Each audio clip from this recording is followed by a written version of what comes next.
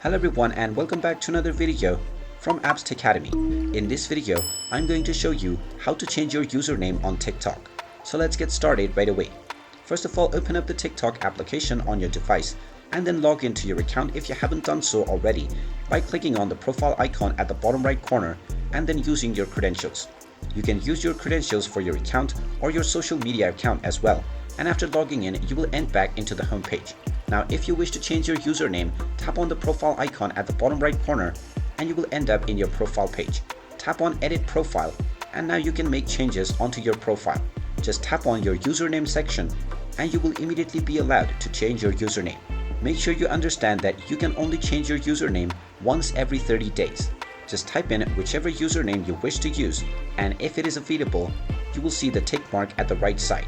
So enter your username and click on the Save button, and you will be reminded one last time that you will not be able to change this for at least 30 days. Just tap on the Set Username option and now you will see that your username has immediately been changed on your TikTok account.